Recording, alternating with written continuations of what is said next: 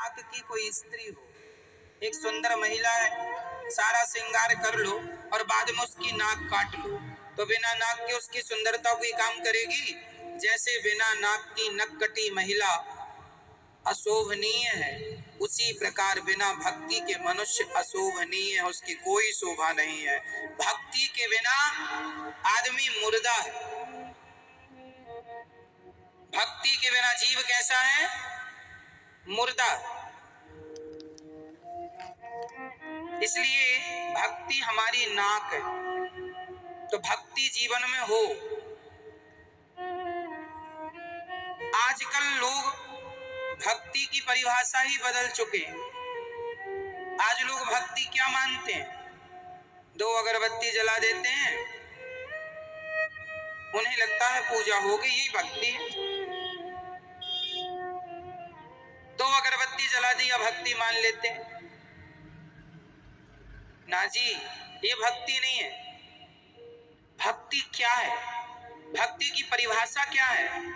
भक्ति का मूल अर्थ क्या है? ये जरा समझने की बात है। किसे कहते हैं भक्ति? भक्ति का अर्थ सिर्फ 2 अगरबत्ती नहीं।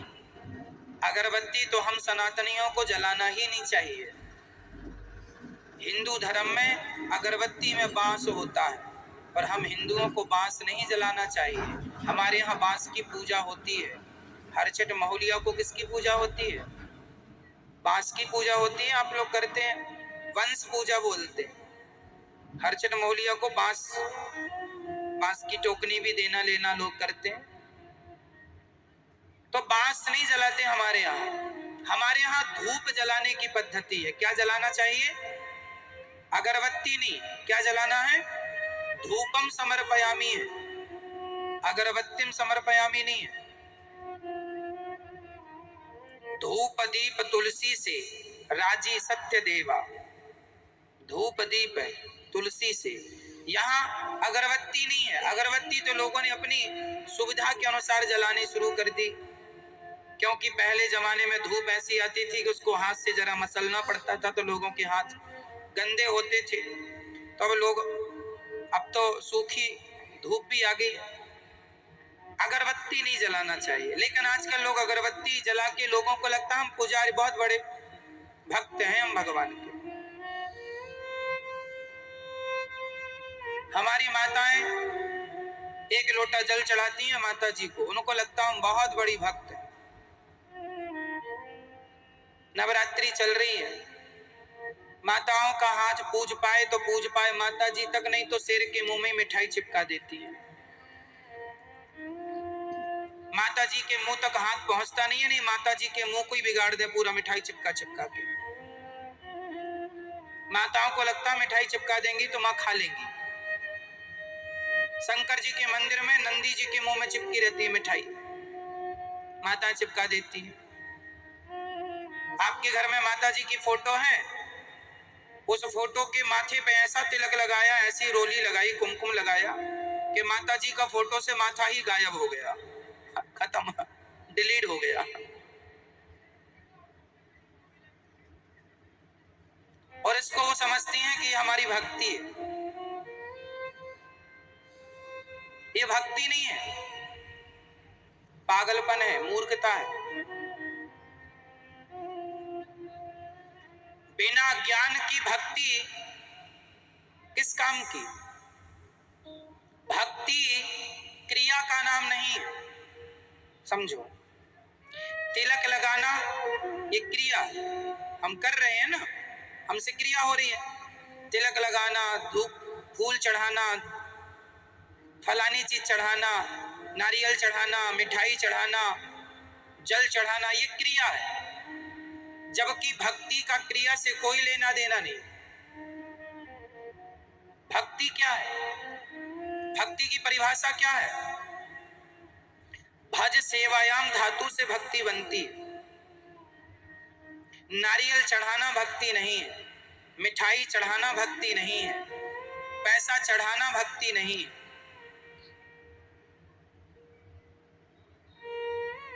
एक लोटा जल चढ़ा देना माता जी को, शंकर जी को, ये भक्ति नहीं है। भक्ति क्या है? ये तो कर्म कांड है जो आप कर रहे हैं, वो भी गलत ढंग से कर लेते हैं आप लोग। भक्ति क्या है वो समझो, भक्ति बताओ। गोपियों ने भगवान श्री कृष्ण से क्या किया था? बोलो मेरी माँ, तो चरण धोए। क्या कभी शबरी ने भगवान के मुंह में मिठाई चिपकाई? जरूरत ही नहीं। भक्ति का अर्थ नारियल चढ़ाना नहीं है, जल चढ़ाना नहीं है। जल चढ़ाना चाहिए किसे? हमारे यहाँ जल केवल सूर्य भगवान को चढ़ता, भगवान शंकर को, शिव को भी जल चढ़ता। भगवान शिव को जल चढ़ता है, सूर्य भगवान को जल रोज सुबह चढ़ाना। हम हिंदुओं को, हम सनातनियों को जल किसे चढ़ाना चाहिए? पहला जल किसे? सूर्याय नमः, आदित्याय नमः, भौमाय नमः, सूर्य भगवान को। जैसे आपके घर में मंदिर है छोटा सा, लड्डू गोपाल जी हैं, शालिग्राम भगवान है, तो उन्हें एक थाली में रखो तुलसी के ऊपर और फिर उन्हें स्नान कराओ। वो स्नान कराना है, स्नान कराओ, कपड़े से पोंछो, उनका श्रृंगार करो, बिठाओ, भोग लगाओ। वैसे ही करना है जैसे एक माँ अपने बेटे को नहलाती है, नहलाकर पोंछती है, पोंछकर कपड़े पहनाती है, फिर बच्चे को खिलाती है। उसी तरह भगवान के प्रति भी वही भाव हो कि भगवान हमारे अपने हैं और एक प्रेम हो, भगवान से एक संबंध हो, रिश्ता हो, फॉर्मेलिटी ना हो, है ना। मेरी माँ, भक्ति एक प्रेम का सब्जेक्ट है। गोपियां भगवान से प्रेम करती हैं। जहां प्रेम है वहां कोई फॉर्मेलिटी नहीं होगी। क्यों? जहां फॉर्मेलिटी है वहां प्रेम नहीं है। आप अपने बेटे के लिए क्या आप ये कहती हैं, आप बैठिए, आप खा लो बेटा? ऐसा नहीं, ए तू खा ले बेटा, कहाँ है? खाया क्यों नहीं अभी तक? भोजन रख दिया था ना, खा ले जल्दी से। माँ अपने बेटे से कैसे बात करती है? एक बात होती है, जब हमारे घर में कोई मेहमान आता है ना, तो हम पूछते हैं, आप भोजन करेंगे? आप भोजन कर लीजिए, आप प्रसाद तैयार है, भोजन तैयार है, कर लीजिए। ये फॉर्मेलिटी कर रहे हैं हम लोग रिश्तेदारों से, आए हुए अतिथियों से। लेकिन हम बेटे से, ए भोजन रखा, खा लेना, हम जा रहे हैं, निकाल के खा लेना। ये क्या है? बोलो। ये अधिकार है। क्या है ये एक माँ का बेटे के प्रति क्या है? अधिकार। माँ बेटे को डांट भी सकती है, माँ बेटे को अधिकार से कह सकती है, तूने भोजन क्यों नहीं किया? रख के गई थी, खा लेता। कहे बेटा कि आज तो आपने बनाया नहीं, अरे तो तू बना लेता। क्यों? ये माँ का क्या है बेटे के लिए? जोर से बोलो, जोर से। अधिकार। जैसे एक माँ अपने बेटे पर अधिकार जताती है, जैसे पत्नी अपने पति पर अधिकार जताती है, उसी प्रकार भक्त अपने भगवान पर अधिकार जताइए, मेरे भगवान हैं। ये अधिकार तो आजकल है नहीं लोगों का, आप अधिकार तो जताती नहीं हो, बस लिपाई पुताई चालू, पूरा चंदन। यहाँ आप जरा 1 किलो रोली रख दो लाके, मुट्ठी में उतनी फेंक फेंक के मारेंगे, कहेंगे पूजा चल रही है, पूरा रंग देंगी, बिना होली का होली हो जाए। उनको लगता है यही पूजा है। जहां खड़ी वहीं से चावल फेंक फेंक के मारेंगी, उनको लगता है ये पूजा।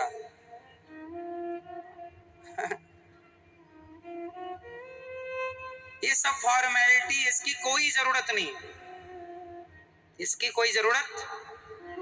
भगवान से सच्चा प्रेम हो बस। कैसा प्रेम हो? विशुद्ध। विशुद्ध मतलब कोई कामना ना, सच्चा प्रेम भगवान से हो। आजकल तो हमारी माता 16 सोमवार व्रत रखती हैं, 17वीं सोमवार हिसाब करने पहुंच जाती। हाँ भोलेनाथ जी 16 सोमवार हो गए, बहू के बेटा ही हो, 16 सोमवार का ये फल दो हमें, है ना। माताओं, केवल माताएं नहीं, पुरुष भी इसमें सम्मिलित है। ये भक्ति नहीं है। आज लोगों ने भक्ति की परिभाषा ही बदल दी है। आज लोग भक्ति को अपने स्वार्थ से जोड़कर देखते हैं। यदि आदमी का स्वार्थ सिद्ध हो जाता है तो लोग कहते हैं भगवान अच्छे हैं, यदि स्वार्थ सिद्ध नहीं होता तो लोग भगवान को भी गालियां देने लग जाते हैं, अरे भगवान तो झूठे हैं, हम तो भगवान को नहीं पूजते, ऐसा लोग कहते हैं। हम तो नहीं मानते, भगवान ने हमें क्या दिया? कुछ देंगे तब तक भगवान को मानेंगे, कुछ नहीं देंगे तो भगवान की कोई वैल्यू नहीं करते लोग। इसका अर्थ है ये भक्त नहीं, ये स्वार्थी। इसलिए क्या हो और क्या ना हो, भगवान से क्या हो, प्रेम हो, और वो भी निष्काम प्रेम, विशुद्ध प्रेम। हे प्रभु, मैं आपसे कुछ नहीं चाहता, कोई कामना नहीं, भगवान से केवल सच्चा प्रेम कीजिए।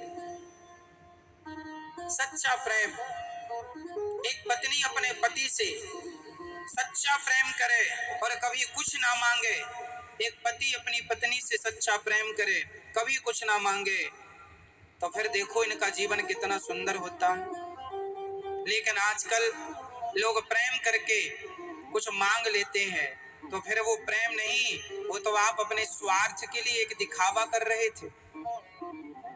क्यों जी? कोई आपसे प्रेम का दिखावा करके कुछ मांग ले तो परिणाम तो यही निकला कि वो जो प्रेम दिखा रहे थे वो प्रेम नहीं था, वो छलावा था। एक्चुअली आपको तो अपनी एक इच्छा पूरी करनी थी, स्वार्थ पूरा करना था। तो देखो, भगवान से प्यार हो, भगवान से व्यापार ना हो। अब आप कहेंगे, आपका एक सवाल और खड़ा होगा कि महाराज जी, फिर भगवान से हम कुछ तो भगवान से ही तो मांगते हैं, और किससे मांगने जाएं? हाँ, भगवान से ही मांगना चाहिए और किसी से नहीं। एक तरफ हम कह रहे हैं कि भगवान से मांगना चाहिए और दूसरी तरफ हम ये भी कह रहे हैं भगवान से नहीं मांगना चाहिए। तो ये बातें कैसे लागू होंगी, जरा समझिएगा।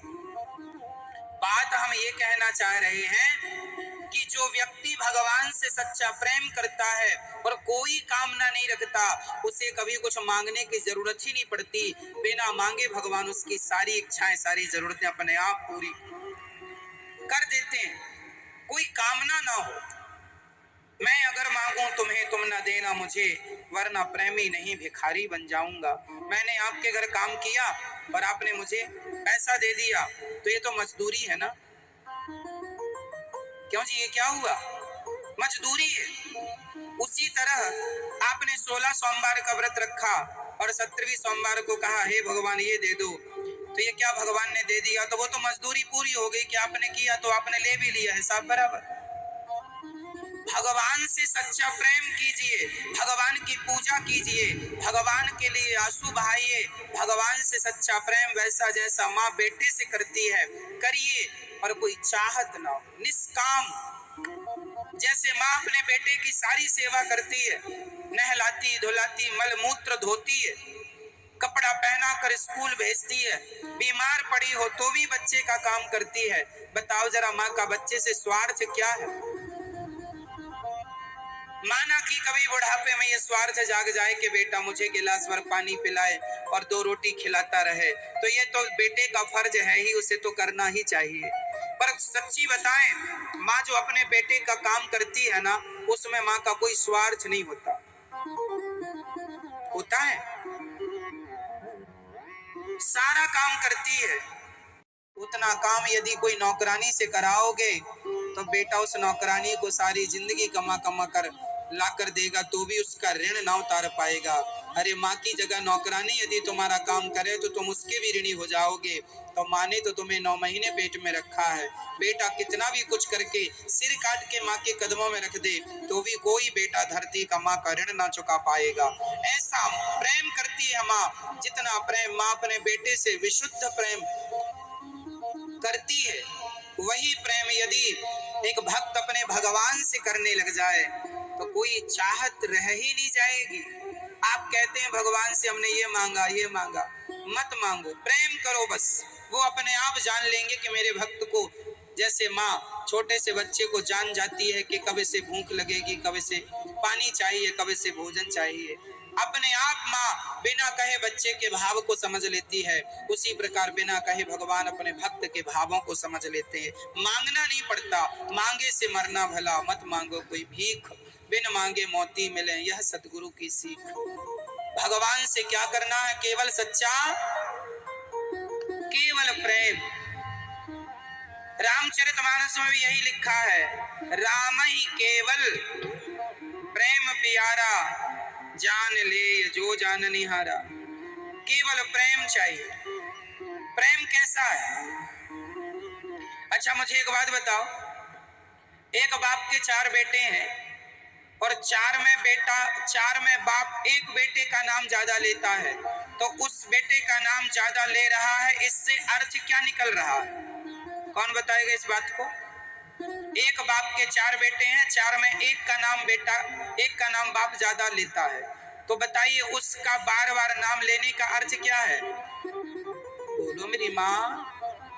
अर्थ ये है कि उस बाप को उन 4 में उस बेटे से ज्यादा प्रेम है जिसका वो बार बार नाम। क्या ये सत्य है? बोलो हाँ या ना? सत्य है। एक बाप के 4 बेटे हैं, बाप एक बेटे का नाम ज्यादा लेता है, मतलब बाप को उस बेटे से सबसे ज्यादा प्रेम है। अरे जिसको जिससे प्रेम होता है वो उसी का नाम ज्यादा लेता है। यदि आपको भगवान से प्रेम है तो भगवान का नाम ज्यादा लिया करो। बोलो जय श्रीमन नारायण। अपना कल्याण चाहते हो तो भगवान से प्रेम करो। मर जाओगे, भगवान का नाम नहीं निकला और संसार का चिंतन करते करते मर गए, नरक जाना पड़ेगा। नरक जाने से बचना चाहते हो तो भगवान की शरण में आओ। और हम ये नहीं कहते कि आप काम छोड़ दो, हम ये नहीं कहते कि आप साधु बन जाओ ना जी, हम ये कहते हैं कि काम बराबर करो, काम खूब करो, पर काम करते हुए भगवान का स्मरण बनाए रखो। किसान हो, खेती करते हो तो खेती करते रहो और श्रीमन नारायण श्रीमन नारायण श्रीमन नारायण का जाप करते रहो। सीताराम सीताराम, राधे श्याम राधे श्याम, जो तुम्हें अच्छा लगे वो जपते रहो। काम करते रहो और नाम जपते रहो। मैया बर्तन धुलती रहो और नाम जपते रहो। श्रीमन नारायण श्रीमन नारायण श्रीमन नारायण। अंत में ना पति काम आएगा, ना पुत्र काम आएगा। अजामिल का ना पुत्र काम आया, ना पत्नी काम आई, अंत में भगवान के मुंह से नारायण का नाम निकल गया, वही काम आएगा। धन वही है बायो जी मैंने, राम रतन धन। काम कौन सा धन आएगा? ये तुम्हारे कागज के टुकड़े, ये तुम्हारे सोने चांदी हीरे मोती, जमीन जायदाद दुकान मकान सब यहीं रह जाएगा। जाएगा तो केवल तुम्हारा पुण्य, तुम्हारी भक्ति, वही तुम्हारा असली धन है।